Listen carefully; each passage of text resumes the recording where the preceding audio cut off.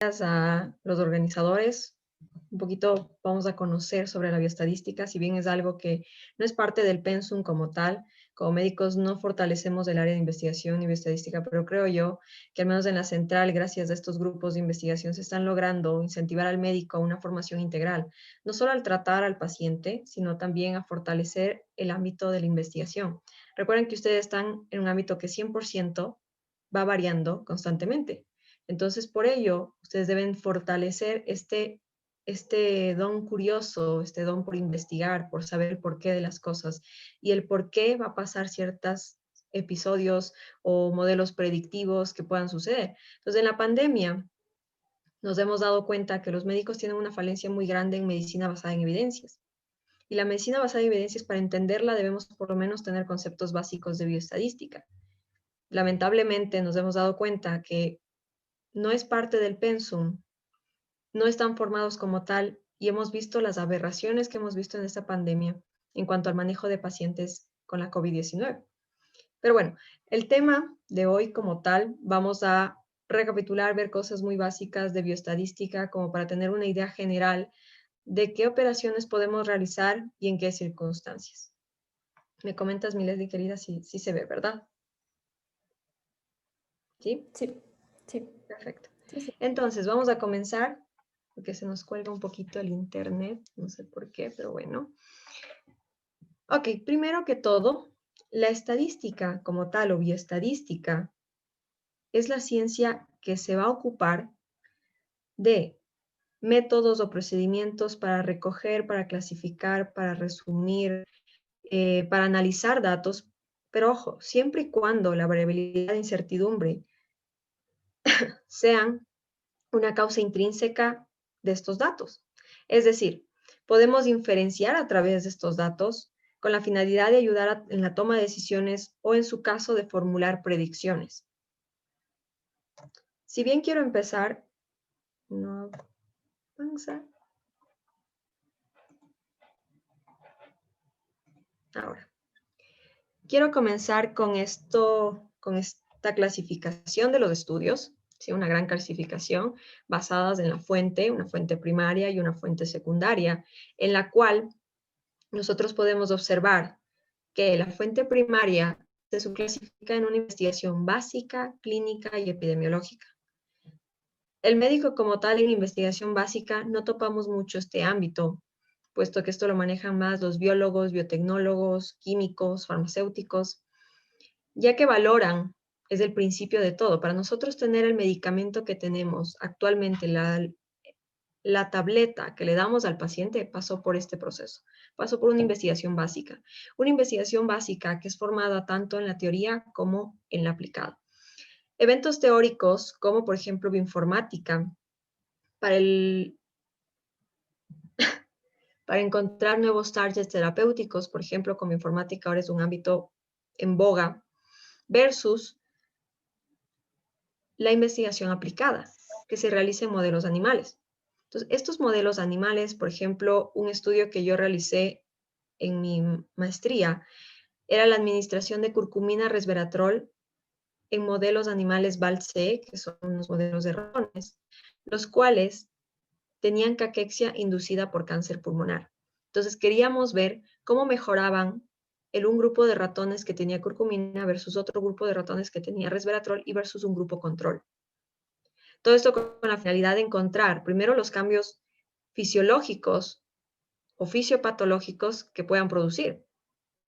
Ya está más que descrito la caquexia tal, pero cómo intervienen. Entonces mi tema en específico era encontrar estas células madre y tratar de potenciar estas células madre con una de estas sustancias. Entonces todo esto para al final, en unos años quizás, encontrar o describir como tal el uso de curcumina y resveratrol en pacientes con caquexia. Si sabemos que alrededor del 60% de pacientes con cáncer sufre de caquexia. Entonces, estos estudios básicos son el inicio de todo, el inicio de lo que nosotros como médicos disponemos actualmente. Luego tenemos los estudios clínicos, estos estudios clínicos que ahora estamos más familiarizados con el tema de fase 1, fase 2, fase 3, fase 4, debido a tanto boom que hubo con el desarrollo de vacunas, que ha sido un desarrollo increíble. En solo 10 meses ya estar en un fase 3 con vacunas es lo más increíble que pudo pasar en la historia de la investigación. O los estudios observacionales, estudios pronósticos, por ejemplo, o diagnósticos. Estos estudios diagnósticos, si bien tienen otra metodología, por ejemplo, con el análisis de curvas ROC o el análisis de sensibilidad, especificidad, valor predictivo positivo, valor predictivo negativo, el poder de confirmación o el poder de exclusión que tiene una prueba para X o Y enfermedad, o los estudios epidemiológicos, por ejemplo, experimentales, que estos toman en cuenta intervenciones, que pueden ser intervenciones grupales. Por ejemplo, un estudio que realizamos cuando yo estaba en cuarto semestre, porque tuve la suerte de conocer a una médico investigadora de Brasil, con la cual desarrollamos un proyecto de investigación sobre leishmaniasis en el norte de Pichincha, específicamente en Pedro Vicente Maldonado. Entonces, esta fue una investigación en la cual la intervención fue una intervención educativa en las personas. Al principio, y bueno, haciendo primero un estudio de prevalencia, encontramos que el 15% de pacientes, de personas en general, en Pedro Vicente Maldonado habían tenido alguna vez leishmaniasis, pero nunca se habían hecho atender, jamás habían acudido al centro de salud. Entonces, el centro de salud tenía una estadística menor a la estadística que nosotros sacamos, y era porque los pacientes se trataban ellos mismos. Y claro, esto daña mucho, ¿sí? Esto tiene que ver también con el nivel socioeconómico y el nivel educativo que tienen estas personas. Como tal, el estudio grupal consistió en las escuelitas, íbamos de barrio en barrio y de escuelitas en escuelita, porque bueno, hay 2 escuelitas nada más,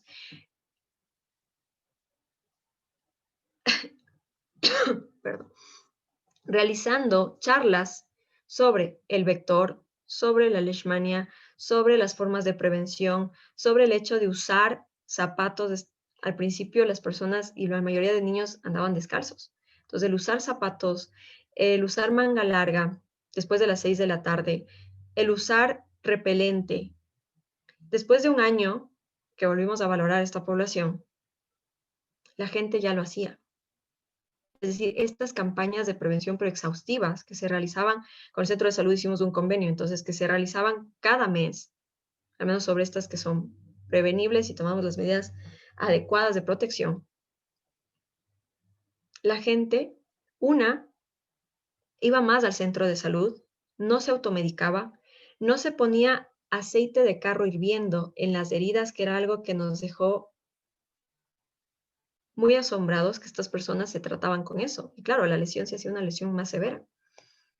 Entonces, estos cambios en grupos poblacionales es bastante importante, si bien es muy difícil porque es una valoración y es un recurso humano bastante grande que debe haber, pero es algo que deberíamos tener como primer nivel de atención, o es algo que el sistema de salud pública debería considerar, tener estos programas, pero sobre todo estos programas tratar de enfatizar el hecho de prevención, que si bien lo hacemos como un 50 o 70%, pero hay que enfatizar un poquito más las campañas de prevención. Entonces, eso como conclusión, por ejemplo, de este estudio, que es un estudio experimental porque es un estudio de intervención de manera grupal. No necesariamente debe ser un fármaco, como hacen en los clinical research. Los estudios observacionales, de esos estudios de corte, prospectivas, históricas, casos controles, estudios ecológicos, ¿sí? Estos cross-sectional studies, que son, por ejemplo, los que ustedes comúnmente pueden realizar, que son encuestas, ¿sí? Recuerden que empezamos siempre con lo básico y con lo que tenemos a la mano. Yo, al igual que ustedes, fui estudiante. Yo, al igual que ustedes, no tenía recursos para investigación. Ahora, con el apoyo de ULA, tengo varios recursos para investigar con mi grupo de investigación, pero el punto es que trabajemos con lo que tenemos. Ecuador, de por sí, no tenía mucha producción científica y menos de pregrado. Entonces, por ejemplo, desde que se fundó la sociedad, ahora estoy muy orgullosa de todos los estudiantes que veo que ya van sacando sus propios estudios, van teniendo más ideas, van pensando más alto, si bien todavía es un limitante el factor económico, pero van pensando más alto. Y esto es un plus que ustedes a la universidad le están dando, ¿sí? A la universidad y al país. Entonces, investiguen, traten de sacar sus ideas, de producir sus ideas, de pulir esas ideas y de publicarlas. Y por último, tenemos los estudios secundarios, que estos estudios secundarios, yo como les menciono a mis alumnos, son lo más comidito de la medicina. Es decir, alguien ya escogió de todos estos artículos y los resumió en una revisión sistemática, en una revisión de literatura, en una revisión narrativa, pero ya lo resumió. Entonces yo creo que al menos las fuentes secundarias, como para iniciar, está muy bien, para tener un conocimiento general sobre X o Y tema, está muy bien. Como médicos debemos tratar de leer estas. Y dentro de estas también, por ejemplo, encontramos las guías de práctica clínica. Si bien estas guías de práctica clínica se valoran con AGREE o con NICE, pero son basadas en evidencia. Entonces, todas estas que son fuentes muy buenas de investigación, ¿sí? Fuentes para obtener toda la información necesaria que ustedes necesitan y sobre todo si quieren desarrollar algún proyecto de investigación a futuro. Para poder desarrollar debemos tener en cuenta conceptos muy básicos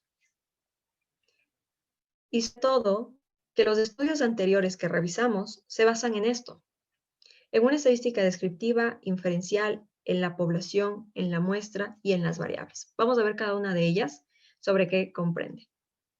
La estadística descriptiva, como tal, como su nombre lo dice, describe, analiza, representa un grupo de datos utilizando diferentes métodos numéricos o métodos gráficos, que resumen y representan la información que ustedes obtuvieron.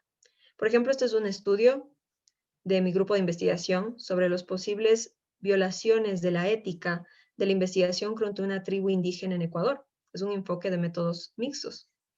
En esta tabla podemos ver netamente estadística descriptiva. ¿Cuántos hombres, cuántas mujeres, dependiendo la edad del grupo etario en el que se encuentran? Por ejemplo, dependiendo del nivel de educación, en el cual vemos que el 100% de mujeres son analfabetas y un 65% de la población en general no habla español. Entonces, por ejemplo, aquí ya es un gran delimitante, 65% que no habla español. Claro, estas personas son más propensas a estas potenciales violaciones, que si bien hubo un boom petrolero y en la época de Roldós, 1980, 1981 estamos hablando, en las cuales se permitió que estas diferentes laboratorios a nivel mundial investiguen con la población, porque hubo un estudio en el cual, bueno, uno de varios estudios que están enumerados en este artículo, en el cual se decía que estas personas de esta población en específico no tenían enfermedades. Entonces, claro, a la comunidad científica le llama la atención cómo es el hecho de que una población no tenga enfermedades. Entonces, claro, vinieron de todas partes del mundo. Uno de los institutos, del Instituto Coriel, que se lavó un poquito las manos con el hecho de que a mí no me dieron ninguna muestra, pero se sabe que aquí reservaron varias de las muestras de guaraníes, por ejemplo. Entonces, estos hechos impactantes, ¿los podemos describir? Claro que sí, solo con la simple manera de poner cuántos hombres, cuántas mujeres e ir describiendo. Luego, para sacar la inferencia es diferente. Por ejemplo, en este estudio de acá, en este estudio que hacemos de estadística inferencial, la cual consiste en apoyarnos en el cálculo de probabilidades a partir de datos de una muestra. Es decir, a partir de la muestra que nosotros tenemos, vamos a realizar estimaciones, decisiones, predicciones u otras generalizaciones sobre el conjunto de datos que tenemos. Nos permite, en otras palabras, generalizar los datos obtenidos a partir de una muestra de la que procede. Se basa en la teoría de probabilidades y trabaja con los datos que le proporcionan la estadística descriptiva. Por ejemplo, este es un estudio que lo realizamos al inicio de la pandemia, en el cual una compañera de ustedes, miembro de Asocemuse, también nos colaboró en este estudio, Fernanda.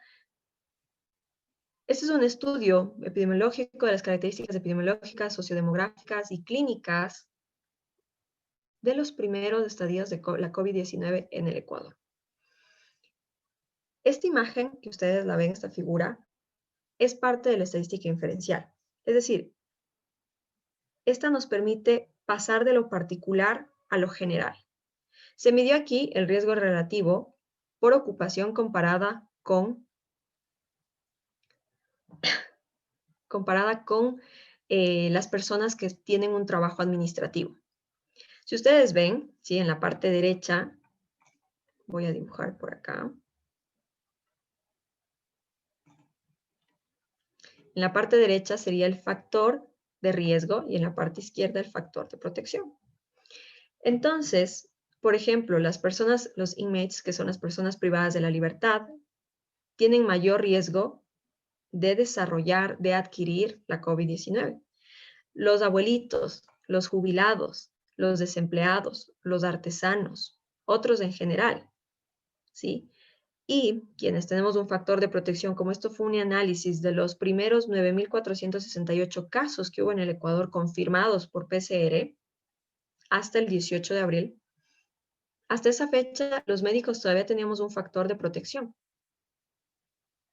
¿Ven cómo cambia esto? ¿Cómo es la probabilidad? Nosotros teníamos menos probabilidad de adquirir la enfermedad porque al principio de la pandemia, claro que teníamos, si bien no todos los hospitales, pero teníamos ya esta facilidad de obtener los equipos de protección personal o todos los trabajadores de salud, y aquí los trabajadores de salud involucran tanto los técnicos, radiólogos, los camilleros, todo el personal de salud que no es médico, y las enfermeras también representan otro grupo importante. Nosotros como médicos, en cierta forma, hasta esa fecha, no teníamos un riesgo marcado de adquirir la COVID-19. Ahora, para la población y muestra, si en esto de la población y muestra, este gráfico es bastante explicativo.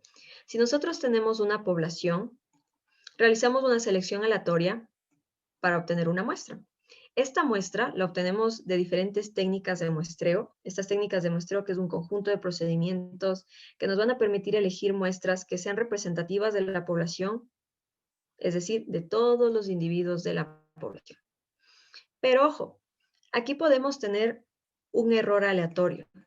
Este error aleatorio es el error que comúnmente se comete al estudiar un problema en base a una muestra elegida al azar. ¿Por qué? Porque nos da la imposibilidad de estudiar a todos los individuos de la población, por lo cual el investigador le obliga a trabajar con la muestra que puede obtener. Por ejemplo, si yo quiero trabajar, estamos actualmente desarrollando un proyecto de investigación en todo el Distrito Metropolitano de Quito, con ayuda de la alcaldía, sobre diabetes. Claro, si yo quiero saber todos los diabéticos de Quito, no acabo nunca. Entonces, para eso realizo una muestra. Entonces, esta muestra, si bien hay este error aleatorio, tengo que tratar de solventar con los cálculos respectivos. Una muestra que me evite en la mayoría de lo posible este error. Ahora, entonces cada muestra nos va a dar un estadístico X de la media muestral, es decir, esta muestra nos va a representar un valor. Digamos que hay riesgo versus no hay riesgo. Bueno, el estudio consiste en comparar qué pasó antes de la pandemia y ahora, en cuanto a valoraciones de control. Y yo encuentro, por ejemplo, que la mayoría de los pacientes tuvo un control deficiente, tuvo una adherencia pobre al tratamiento y la mayoría de pacientes hubo un cambio de metformina a insulina, solo en estos 6 meses, por el descontrol de su patología de base. Ahora, ¿cómo quiero inferir si esta relación o si esta diferencia es en toda la población? Para eso se hace la estadística inferencial.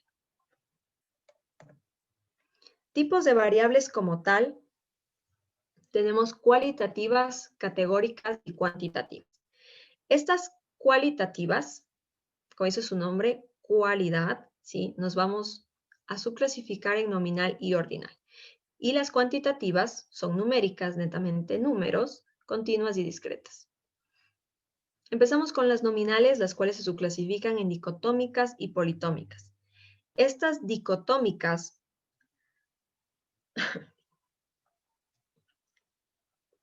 nos dice el di, el prefijo di, 2. Entonces vamos a tener dos versiones. Digamos la condición de egreso vivo o muerto. ¿Qué otra podría ser un tipo de variable dicotómica? Público.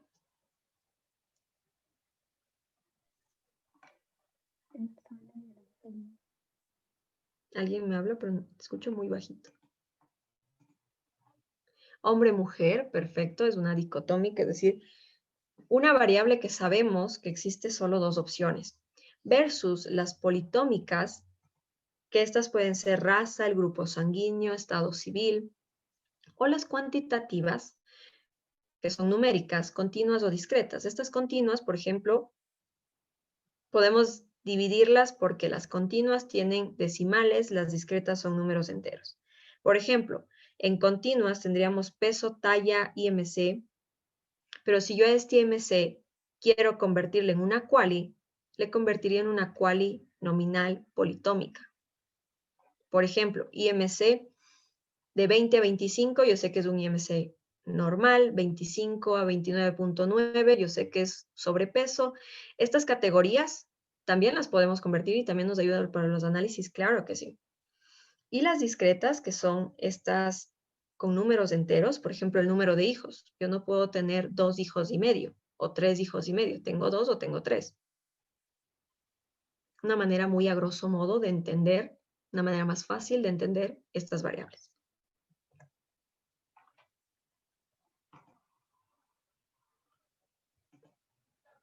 Y ahora tenemos medidas de tendencia central. Media, mediana y moda. Lo más común en estadística y que ustedes, bueno, los que ya pasaron cuarto semestre, quinto semestre, vieron en investigación. La media no toma en cuenta los outliers, es decir, no toma en cuenta los valores extremos.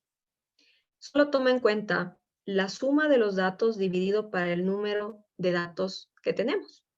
Por ejemplo, si yo tengo un valor de 3, 4, 5, 8, 10, 12, 63, ¿cuál sería la media? Que vamos trabajando conmigo para entender mejor esto de las medidas de tendencia central.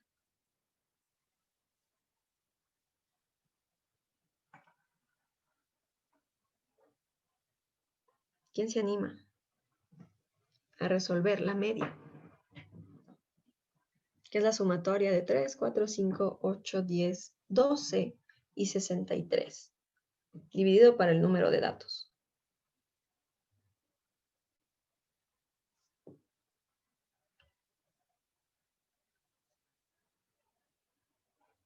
Por aquí ya tenemos una respuesta. 15. Qué linda. Sí, exactamente. Es 15 la media. Ahora, si yo hago esto, ok. La mediana de estos mismos datos, la mediana consiste en partir, literal es partir, a todo el número de nuestros observados en 2. Es decir, si yo tengo 7 valores y quiero partir en la mitad, partiría 3 y 3. Y me quedo con el valor central. Si en tal caso fueran 6 números, parto 2 por un lado, 2 al otro lado y me quedo con los 2 números de la mitad y saco un promedio de esos 2 números. En este caso que tengo un número impar, yo sé que la mediana es 8. Entonces ven de la diferencia entre la media, que por este lado me dio 15, y la media acá que me da 8. La mediana. Entonces hay bastante diferencia. Y la moda, digamos que yo estoy haciendo un estudio sobre la escala del dolor en pacientes con neuralgia del trigémino. Y tengo un paciente que me refirió 4, otro 5, otro 6, otro 7, otro 8, otro 10, y así sucesivamente hasta tener todos estos datos. La moda consiste en reordenar todos estos números en orden y tener algo así. Cuando yo reordeno en orden, tengo, por ejemplo, estos números, veo la cantidad de números que más veces se repite, el valor que más veces se repite, esa va a ser la moda. Por lo general, esta moda, si estamos hablando de la escala de Eva, esta moda se utiliza con más frecuencia para variables categóricas ordinales, es decir, estas ordinales que siguen un orden, sean binomiales o multinomiales, como por ejemplo las escalas de Likert. Escala de Eva es una escala de Likert. O escalas de, por ejemplo, las de test psicológicos, en las que te dicen de acuerdo, muy de acuerdo, en desacuerdo, o, por ejemplo, las que te dicen a veces, nunca, casi siempre, siempre. Por aquí tengo una preguntita. Ah, se queda grabada, no sé, mi querida Leslie, no sé si nos confirmas. Ok. Entonces, ya tenemos nuestras medidas de tendencia central y ahora vamos con las medidas de dispersión. Medidas de dispersión, las cuales tenemos los cuartiles, rango intercuartílico, varianza y desviación estándar. Que esto es un término bastante común, que ustedes, yo supongo que lo escuchamos a cada rato. El cuartil, para entender qué es, el cuartil, si yo tengo un número de datos y los divido en 4 partes iguales, tengo el primer cuartil, que representaría el 25% de los datos, un segundo cuartil el 50% de los datos, un tercer cuartil el 75% de los datos y por último ya yo un rango. El que sería el mínimo de los datos que obtuve o el cuartil máximo. El cuarto cuartil, el último valor sí tomo en cuenta. ¿Por qué decimos que estos toman en cuenta los outliers? Por ejemplo, las medidas de dispersión toman muy en cuenta estos outliers por el hecho de que sabemos que existe variabilidad en los datos. Por ejemplo, si yo tengo, me invento, valores de hematocrito, justo en mi muestra entró un paciente anémico o un paciente con poligobulia. Estos outliers me van a causar, claro, una dispersión mayor en mi muestra. Y para eso nos sirven los cuartiles. ¿Cómo sabemos cuál medida utilizar? Vamos a verlo más adelante. Luego tenemos los rangos intercuartílicos. Estos rangos intercuartílicos que están formados, si vemos aquí una dispersión, ¿sí? Cada puntito representaría un valor o representaría un paciente en específico, en los cuales el rango inferior, por ejemplo, esto es una gráfica de caja y bigotes. La liñita inferior correspondería, ¿sí?, al valor más mínimo que pudo sacar este paciente o este grupo de pacientes, ¿sí? El primer cuartil, que correspondería al 25% de los datos, la mediana al 50% de los datos y el tercer cuartil al 75% de los datos. Este rango intercuartílico está formado por el 25 y el 75% de los datos.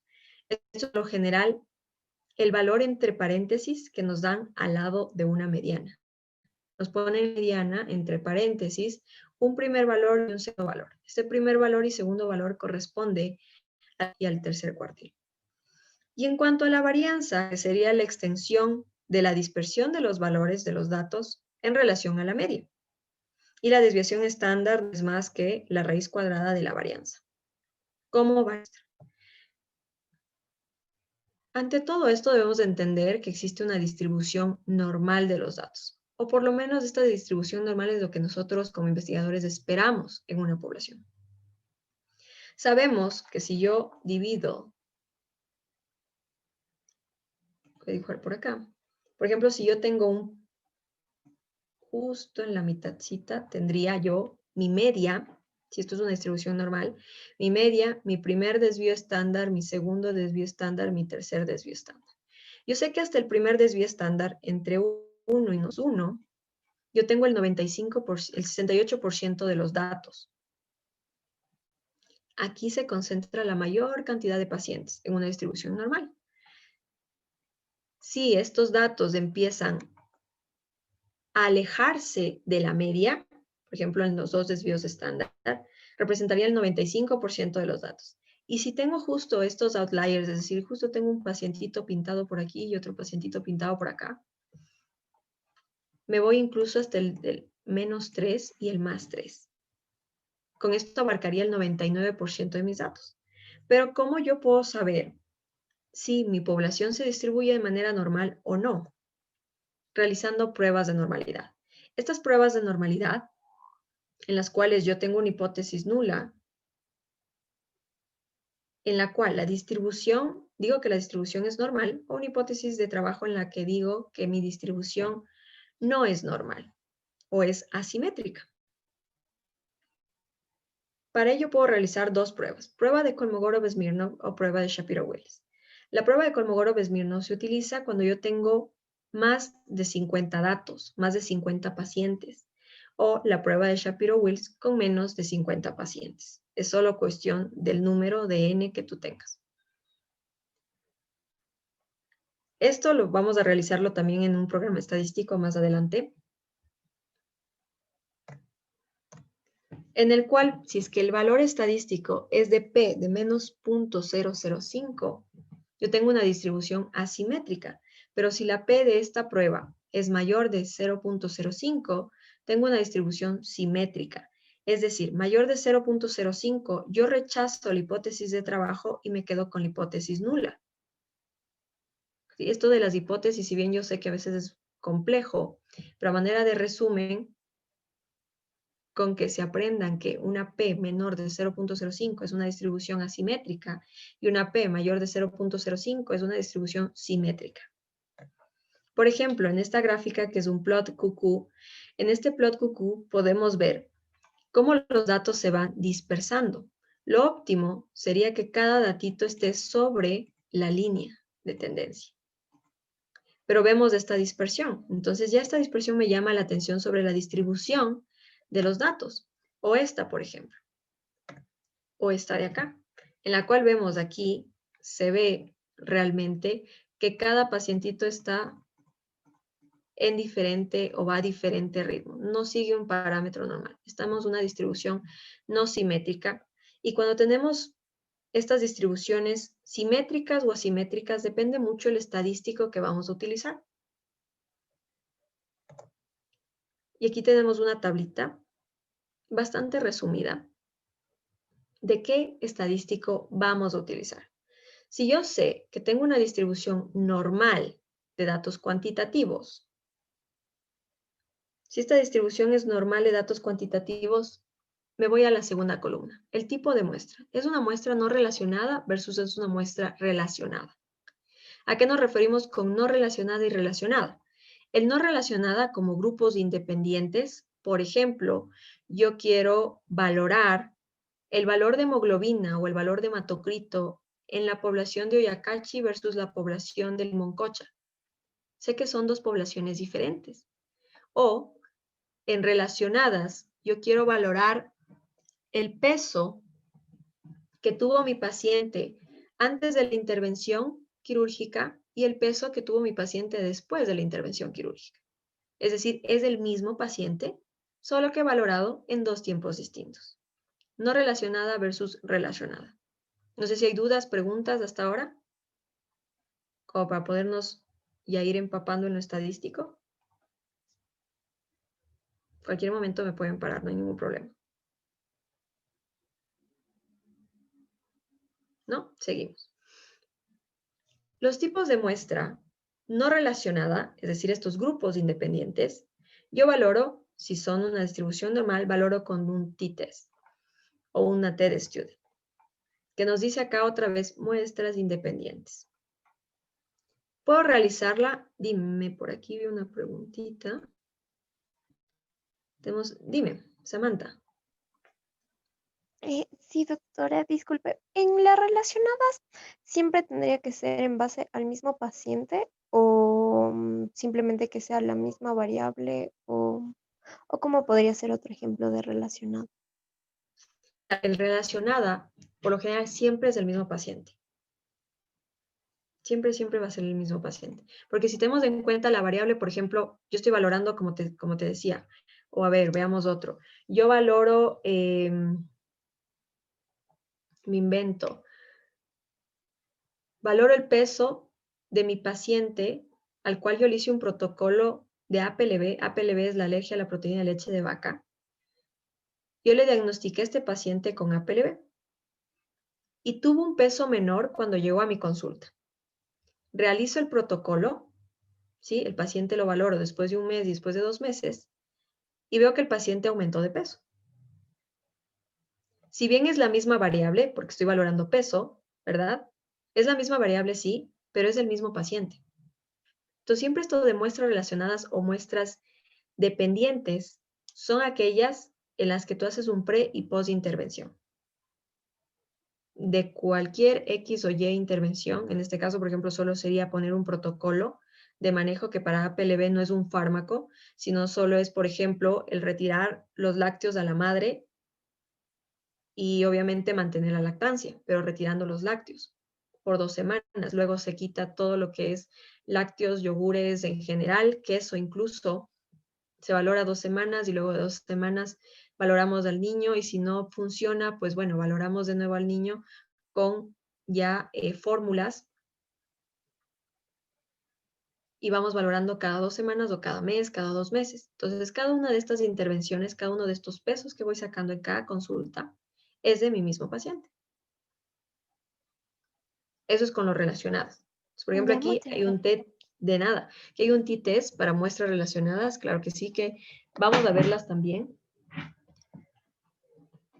Y si yo tengo más de 3 grupos independientes, bueno, justo el tema de Limonchcocha y Oyoyacachi es un estudio que lo estamos realizando, en el cual hubieron algunas intervenciones en estas poblaciones. Por ejemplo, si yo tuviera Limoncocho, Yacachi y otro pueblo guaraní, diferente, tengo 3 grupos independientes, los cuales también trabajo con ANOVA, ANOVA para grupos independientes o trabajo para ANOVA con grupos dependientes. Que de igual manera, yo puedo tener solo 2 intervenciones, por ejemplo, 2 valoraciones, o puedo tener más. Puedo hacerle seguimiento a este mismo paciente, puedo hacerle seguimiento al mes, a los 3 meses, a los 6 meses, a los 9 meses, al año. Ver qué pasó hasta el año con este paciente. ¿Mejoró? ¿No mejoró? ¿Sí? ¿Cómo estuvo el peso? ¿Disminuyó? ¿Aumentó? Entonces, para ver estas diferencias entre el antes y el después, vemos siempre con ANOVA si tenemos más de 2 intervenciones, más de 2 mediciones. Y si quiero saber relaciones entre 2 variables, ocupamos la correlación de Pearson. O si queremos predecir una variable, por ejemplo, para sacar un riesgo relativo, un OR, estos que me van a decir, este paciente tiene 3 veces más riesgo de desarrollar hipertensión o 5 veces más riesgo de morir. Esto lo sacamos con una regresión lineal. Todo esto va a depender mucho de la hipótesis que tú tengas, del trabajo que tú tengas. Depende del trabajo que tú tengas, el tipo de estadístico que vas a utilizar. Y por ejemplo, si yo tengo una variable independiente quali con una variable dependiente quanti y es de un grupo no relacionado, realizo una U de Mann-Whitney. Si son más de 3 grupos, Kruskal-Wallis. Si quiero mostrar relación, correlación de Spearman. Si son no relacionados, lo mismo. De hecho, si son relacionados, es decir, el mismo pacientito, pero los datos están distribuyéndose de manera no simétrica o asimétrica, ocupo Wilkinson. Si los datos son no paramétricos y son más de 3 datos, pero del mismo paciente, Friedman.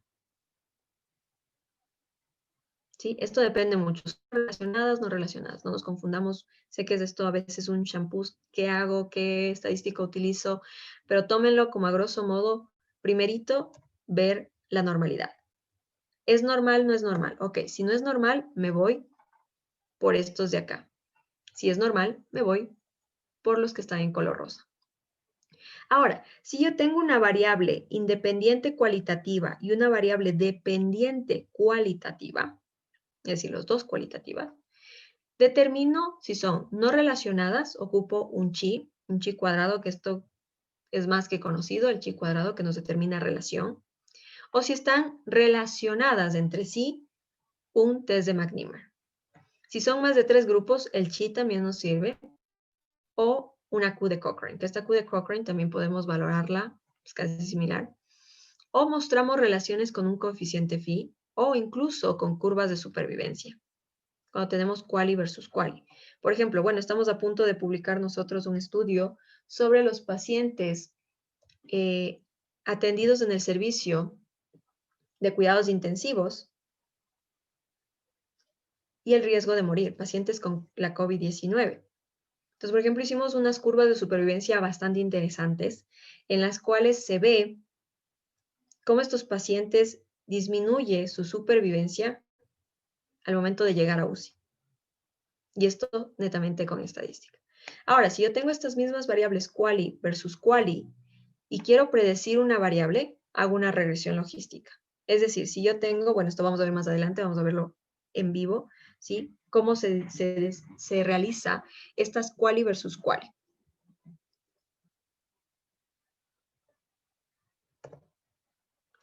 En resumen, tenemos las pruebas paramétricas, un t-test o una t-student para grupos independientes y dependientes, ANOVA para grupos dependientes e independientes, o regresión lineal si yo quiero saber la relación, ¿sí? O estipular o estimular o predecir una relación, coeficiente de correlación, y tengo las pruebas no paramétricas. La Udeman-Whitney, que correspondería a su estadístico paramétrico como el t-test, Wilkinson, que correspondería a un t-test pareado simple, Kruskal-Wallis para pruebas no paramétricas, que correspondería a la ANOVA para pruebas paramétricas, Spearman-Rank Correlation para pruebas no paramétricas, que corresponde a Pearson o a una regresión lineal. ¿Sí? Son como sus homólogos, pero los unos son para pruebas no paramétricas y los otros pruebas paramétricas. ¿Cómo es la investigación? El ciclo de investigación. Primero leemos, luego escribimos, luego otra vez descansamos y luego repetimos esto. Una y mil veces, así es la investigación. Es un mundo bastante divertido. A mí me encanta mucho la bioestadística porque con números, empezar a demostrar cosas con números, me parece algo fascinante. Vamos, les voy a hacer unos ejemplos, ¿sí? Con una base de datos que tengo por acá. Si alguien quiere practicar, me escribe por interno, me escribe a mi correo y les dejo esta base como para que la tengan para jugar. Sí, es de un estudio que se realizó solo a manera de ejemplo. Ok, en este estudio, sí, en esta base, se realizó el análisis de los pacientes que acudieron a la emergencia con urolitiasis. Se valoró antecedentes patológicos personales, se valoró el tamaño del cálculo que se encontró, se valoró si tenía o no tenía obstrucción, si tenía o no tenía insuficiencia renal, si el paciente presentó o no presentó hipotensión o presentó un SIRS durante su atención en base a los otros. Y se trató de cierta manera de predecir algún tipo de variable para el desenlace de este paciente, para el reingreso sobre todo. Por ejemplo, entonces empezamos con la estadística descriptiva. La estadística descriptiva, ¿estamos todos? ¿Sí? ¿Me van siguiendo? ¿Se ve, verdad, la pantalla? ¿Me confirman, por favor? Sí, sí se ve. Perfecto.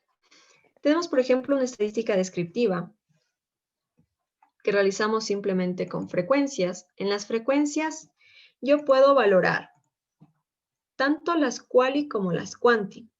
Por ejemplo, si valoro las quanti, en este caso, que solo tengo edad y la dimensión del cálculo, yo los estadísticos que puedo obtener son los cuartiles, media, mediana, moda.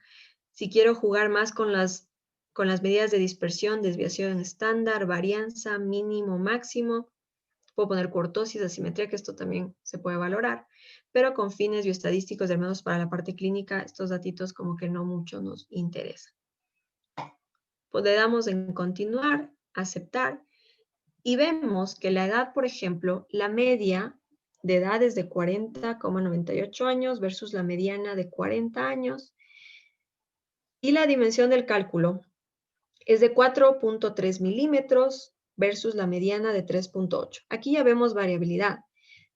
Ya el hecho de ver esta variabilidad a mí me da una señal de que estas no se distribuyen de manera normal.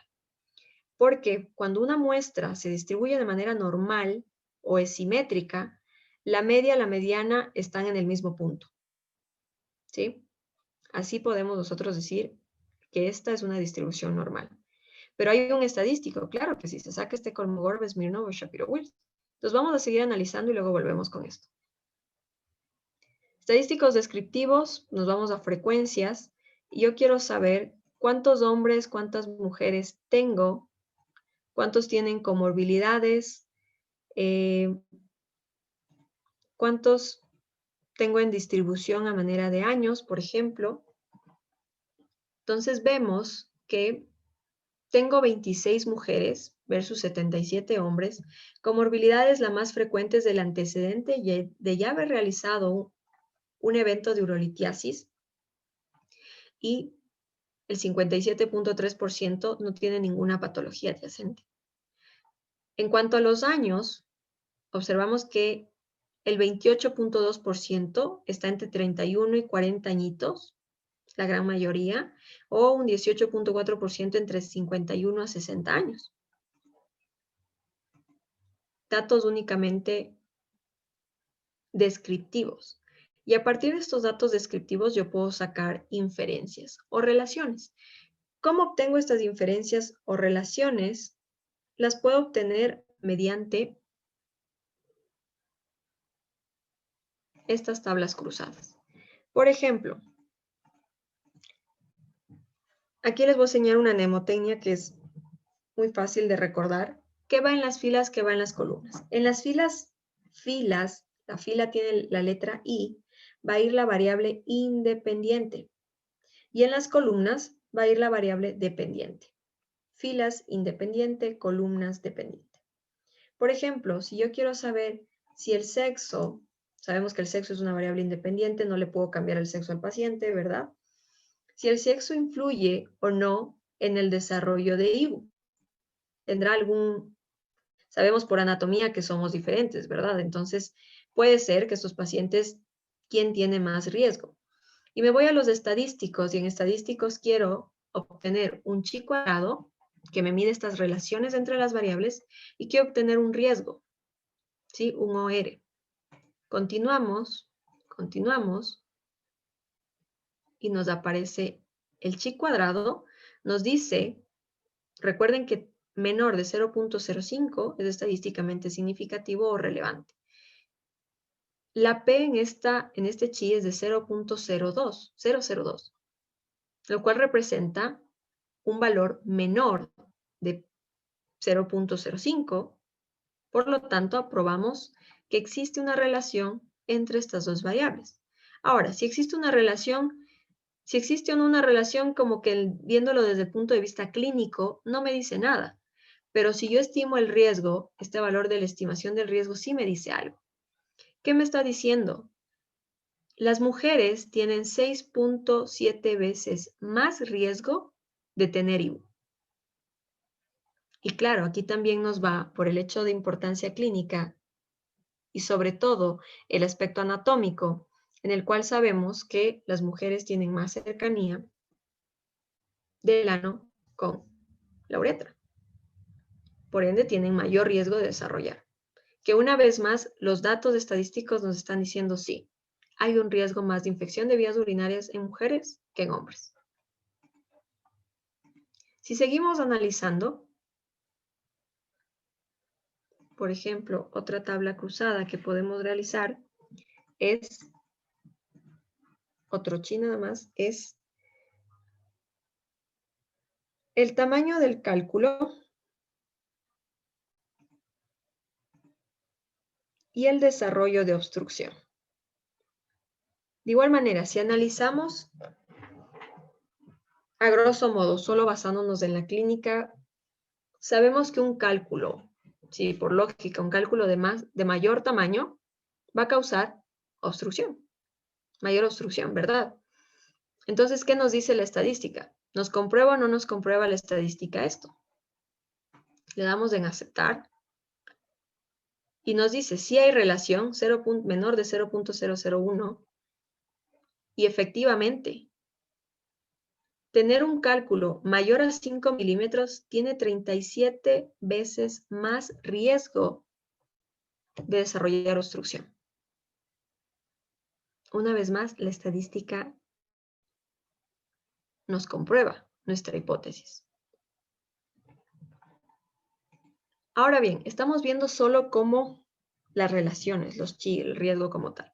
Pero si yo quiero ver una regresión lineal, que decíamos, por ejemplo, estas que nos van a predecir, yo quiero valorar si el tamaño del cálculo, que decimos que es una variable independiente, versus la obstrucción. Cuando utilizamos la regresión logística, aquí cambia mucho. En las dependientes ponemos nuestra variable independiente y la obstrucción. O, por ejemplo, las opciones siempre que nos den el intervalo de confianza. Le damos en aceptar y nos debe salir el mismo valor. 37 veces más riesgo de desarrollar obstrucción. Ahora, aquí ya nos da el valor más específico. Arriba solo nos daba este valor y nada más. Ese 37 con un límite, ¿no es cierto? Pero acá ya le ponemos un poquito más de atención al hecho del intervalo de confianza. ¿Por qué este intervalo de confianza? Porque si vemos un intervalo de confianza muy amplio, lo cual si es muy amplio ese intervalo, como que nos queda aquí el hecho de la duda de la importancia clínica. Sabemos que sí, un cálculo mayor de 5 milímetros va a causar obstrucción. Hemos visto en varios estudios observacionales. Que tenga realmente este riesgo de 37 veces más, me deja en tela de duda por este intervalo de confianza. Si no atraviesa el 0, le creo, pero también es un intervalo de confianza muy amplio. Me queda la duda todavía, ¿sí? Pero la hipótesis estaría probada.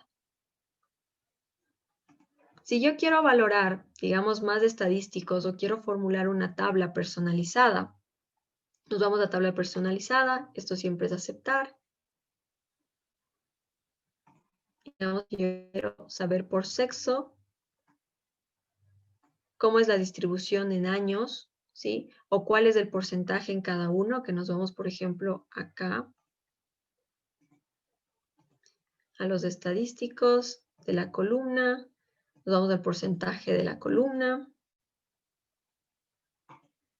aplicar a selección, cerramos y ya nos aparece una nueva columna con el porcentaje de la columna. ¿Cuántas mujeres tienen 21 a 30 años? ¿Cuántas mujeres en relación? Siempre si ponemos en columna va a ser el 100% por columna. Si ponemos el porcentaje de fila va a ser el 100% entre hombres y mujeres.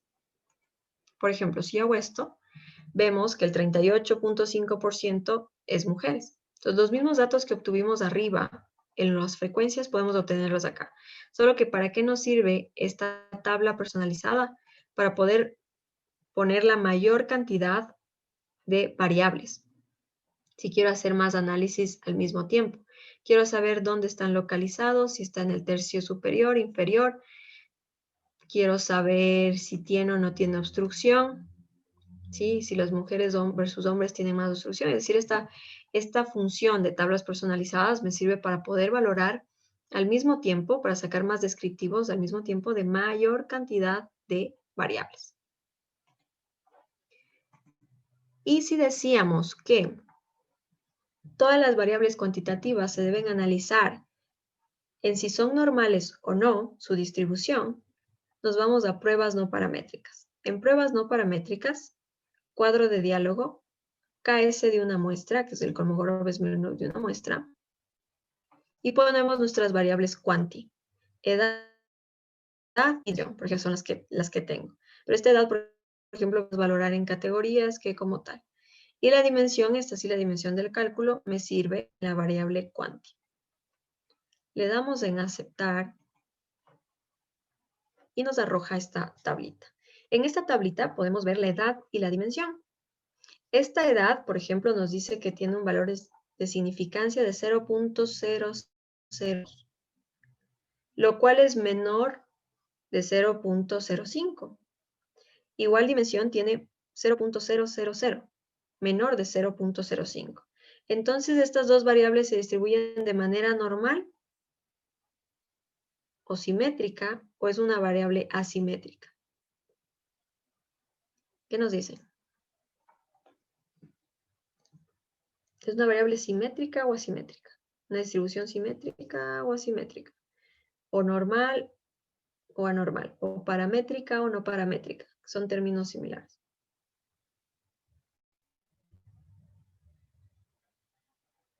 Si era menor de 0.05, era una variable asimétrica. Exacto, recuerden. Menor de 0.05, asimétrica, porque acepta la hipótesis de trabajo y rechaza mi hipótesis nula. Y mayor de 0.05 es simétrico. Rechaza la hipótesis de trabajo y acepta la hipótesis nula. Yo ya sé entonces que la variable dimensión del cálculo se está comportando de manera asimétrica. Entonces, si sé que es asimétrica, yo hago pruebas para variables con distribución asimétrica. Que decíamos que existe la Udemann-Whitney, por ejemplo, en la cual en estas yo puedo valorar igualmente. Si yo tengo una prueba, una distribución paramétrica, comparo aquí, en comparar medias. Comparar medias nos dice prueba T para una muestra, para muestras independientes, resumen, o ANOVA, si teníamos más de 2 grupos. O, si yo tengo mi distribución no paramétrica, nos vamos a pruebas no paramétricas, en las cuales yo sé, por ejemplo, no estoy valorando solo una muestra, estoy valorando grupos independientes, si es que quiero valorar entre el sexo versus hombres versus mujeres, quién desarrolló más o quién tiene un cálculo de mayor dimensión, por ejemplo. Digamos que tengo dos poblaciones separadas que estoy valorando a los hombres versus las mujeres de manera independiente. Entonces pongo en grupos al sexo porque quiero valorarles como grupos independientes y pongo mis variables cuantitativas, edad y dimensión.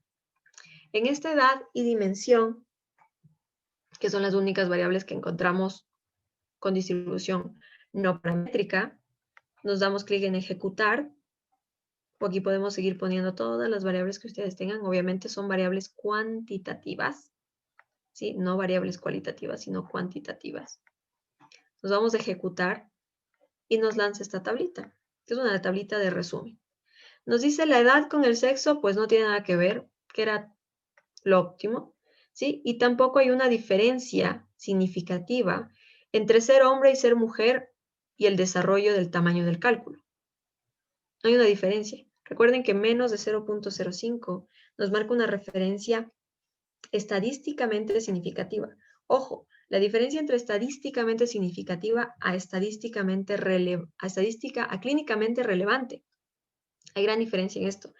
Hay cosas que nos pueden parecer a nosotros desde el punto de vista estadístico significativo, pero si nos vamos ya a la práctica clínica, no es relevante. Sí, por ejemplo, esto.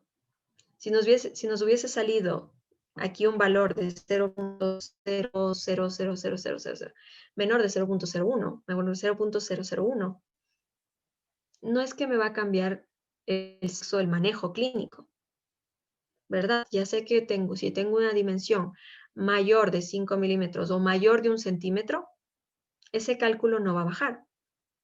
Y pues, por tanto, necesito hacer una colocación también de un catéter doble J, porque no va a bajar ese cálculo.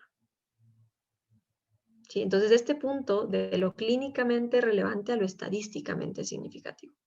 Es una línea bastante difícil a veces de distinguir, pero es una línea que debemos siempre tenerla en cuenta. Si bien los datos me pueden dar significativos, bellos, preciosos, todo me sale como yo quiero, pero ¿realmente esto tiene o no tiene relevancia clínica?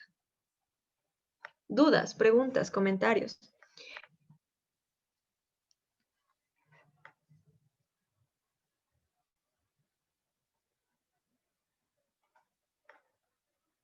Hemos visto entonces cómo se valora, hemos visto una parte muy rápida de cómo y qué conceptos debemos tener muy claro estadística. A la bioestadística no hay que tenerle miedo. Si bien los números son a veces como los médicos le huyen mucho a los números, pero los números nos ayudan. Los números nos ayudan muchísimo, al menos en la toma de decisiones.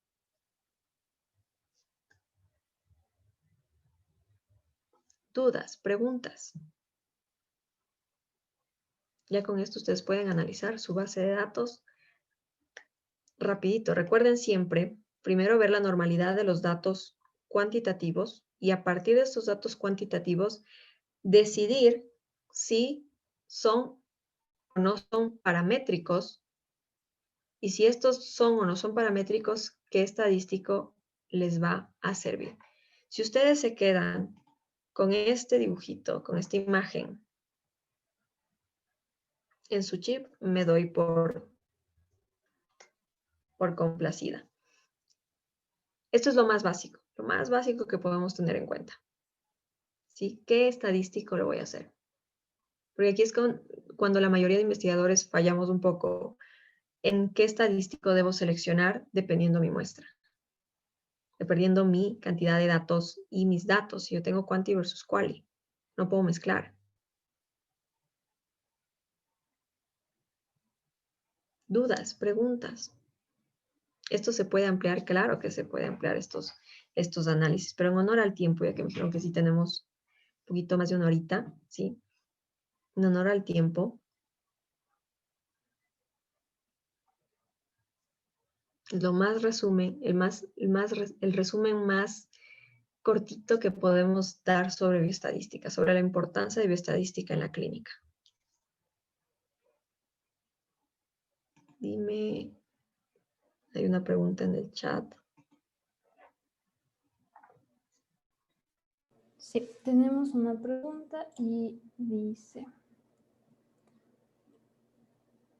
La prueba a realizar dependerá de la cantidad de mi muestra. No, no siempre. Depende de la distribución de tu muestra. Ahora, para saber si la distribución de tu muestra en una variable cuanti es normal o asimétrica, aquí sí depende del tamaño de tu muestra, que es justo lo que veíamos acá. Si tú tienes una muestra menos de 50 pacientes o menos de 50 datos, tú tienes que realizar una prueba de Shapiro-Wilk. Y luego, si tienes más de 50, una prueba de Kolmogorov-Smirnov. Y a partir de lo que te den estas pruebitas, es decir, por ejemplo, lo que sacábamos acá, ¿sí? A partir de que nos dé esto, si es paramétrico o no paramétrico, claro, yo aquí tengo 103 pacientes, por esos 103 es más de 50, hago Kolmogorov-Smirnov. El software mismo ya me saca Kolmogorov-Smirnov porque dice, ok, yo sé que más de 50 es Kolmogorov-Smirnov. Vemos estas variables, recuerden, más de 0.05 simétrico o distribución normal y menos de 0.05 asimétrico o distribución no paramétrica. Y a partir de esto, sí decides tu estadístico. A partir de esto, sí te vas con este cuadradito. Eso no es una distribución normal, es una libre distribución. Están o no están relacionadas y así decidimos del estadístico. El número tu n no la define. Por ejemplo, yo en mi estudio de tesis, yo tenía 10 ratones por grupo. Entonces, 10 ratones por grupo, poquito, ¿no? Pero estos 10 ratones por grupo me daban una distribución paramétrica. Y hacía los estadísticos con una distribución paramétrica, hacia t-test, por ejemplo.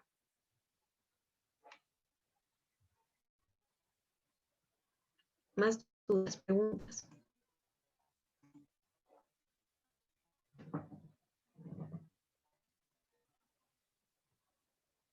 ¿Cuándo es paramétrico y no paramétrico?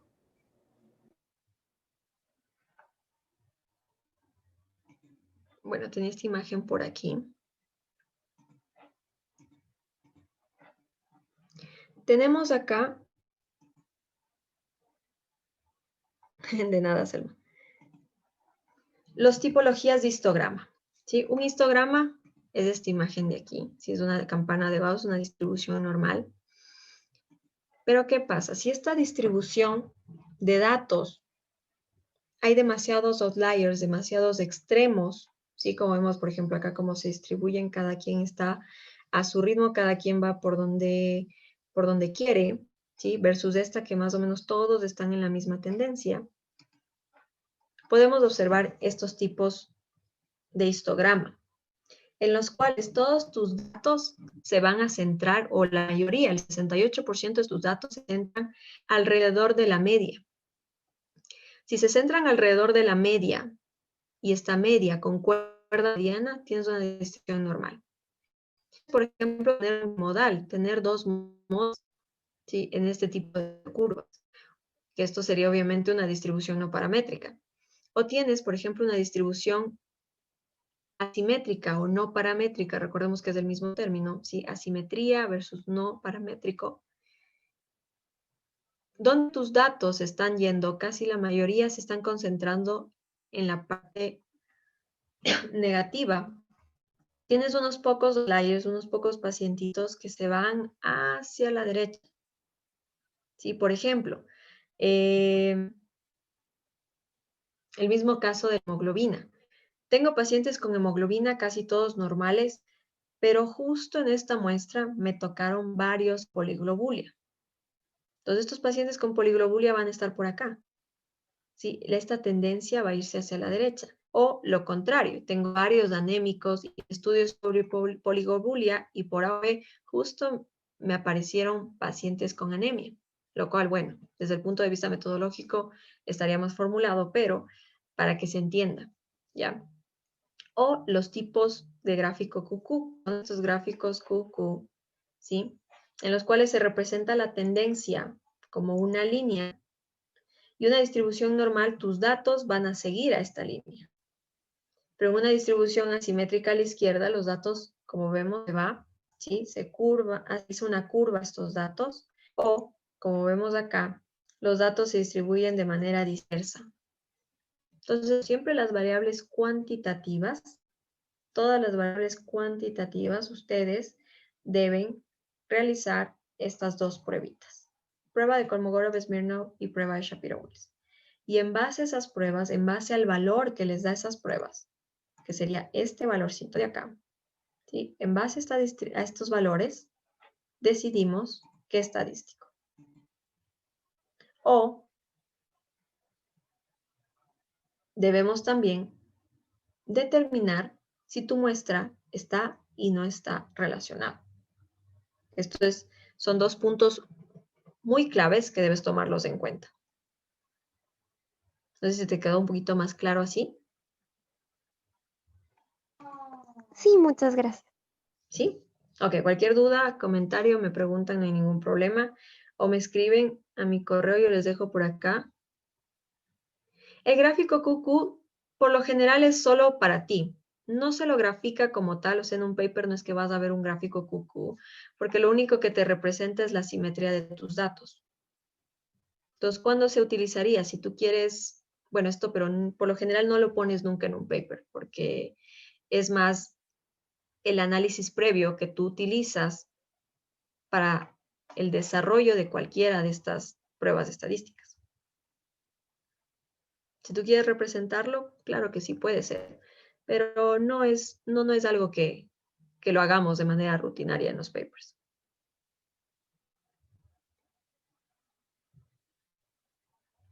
¿Qué más? ¿Alguna otra duda? Pregunta. Es ahora, yo creo que ahí estamos. ¿Hay más dudas? Preguntas. ¿No? Bueno, les dejo mi correo. Sí, les escribo en el chat mi correo por si tienen alguna duda o bienvenidos si quieren participar en alguno de los proyectos, porque tenemos varios proyectos que estamos desarrollando no solo en COVID. www.edu.es.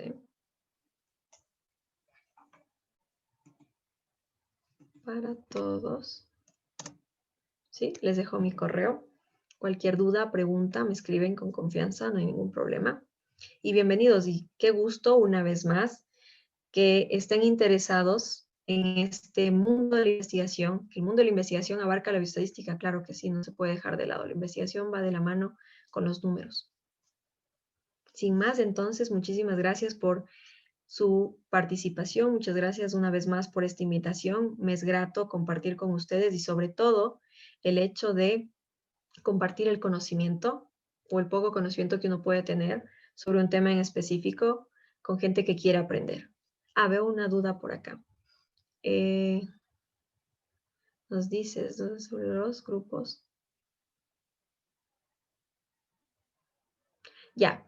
A ver, en las variables cualitativas, por ejemplo, mejoría, no mejoría.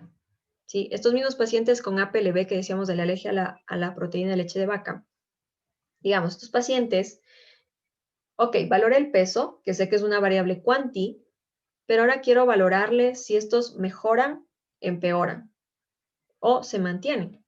Entonces yo tengo una variable quali, ¿sí? Una variable quali, digamos que tengo el paciente al principio, ¿sí? Cuando llega a mi primera consulta, realizo el protocolo, obviamente en mi consulta va a estar en estado de empeora, viene a mi consulta, realizo el protocolo, al mes, veo a los 2 meses. Tengo 3 mediciones, una pre, una post al mes y una post a los 2 meses. Tendría estas 3 intervenciones y si tengo estas 3 intervenciones, ya tengo mis 3 grupos y mis 3 mediciones de una variable cualitativa relacionada, porque es un mismo paciente al que yo le estoy valorando en 3 tiempos distintos, pero es el mismo paciente.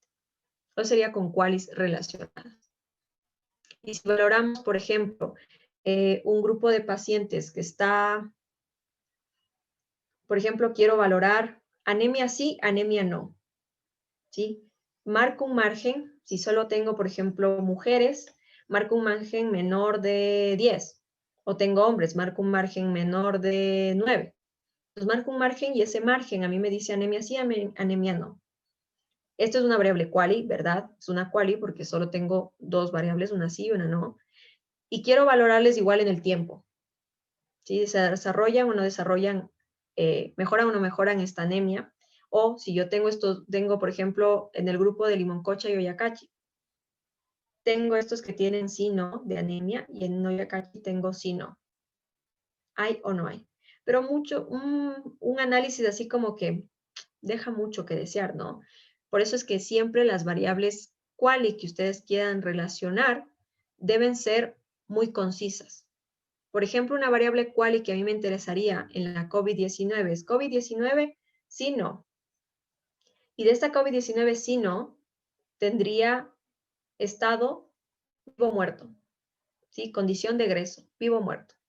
Esta relación entre estas variables, ojo, claro, estas sí me dicen algo más relevante. Realmente los que estuvieron con COVID fallecen o COVID, por ejemplo, puedo tener COVID leve, moderado, severo. ¿Tengo una variable quali? Claro que sí. Solo que está en 3 categorías, pero tengo una variable quali. Y quiero saber si los leves mueren más que los severos, lo cual decimos que es aberrante, ¿verdad? Sabemos que el COVID severo fallece, tiene más probabilidades de morir que el COVID leve. Entonces, estas variables son las que a nosotros nos interesan más desde el punto de vista clínico. ¿Qué más? ¿Solventé tu duda?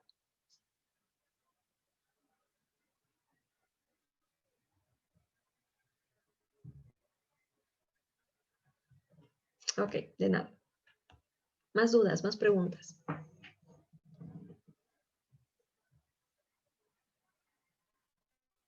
¿No? Una vez más, entonces, un gusto compartir con ustedes. Tienen mi correo acá. Les he dejado mi correo. Cualquier duda, comentario o bienvenidos también a trabajar con nuestro grupo de investigación. Sin más, Muchas entonces, me gracias. despido. Si no tienen más preguntas. O si no, ya. Muchas gracias, doctora Catherine. Todo estuvo muy claro y muy fácil de entender. Qué gusto, mi Listo. querida Leslie, que es el objetivo, perderle este miedo a la bioestadística. Entonces, con eso nos despedimos. Gracias de igual forma a todos los asistentes. Esperamos que se animen a seguir investigando. Muy buena noche Bueno, con todos. hasta luego. Adiós.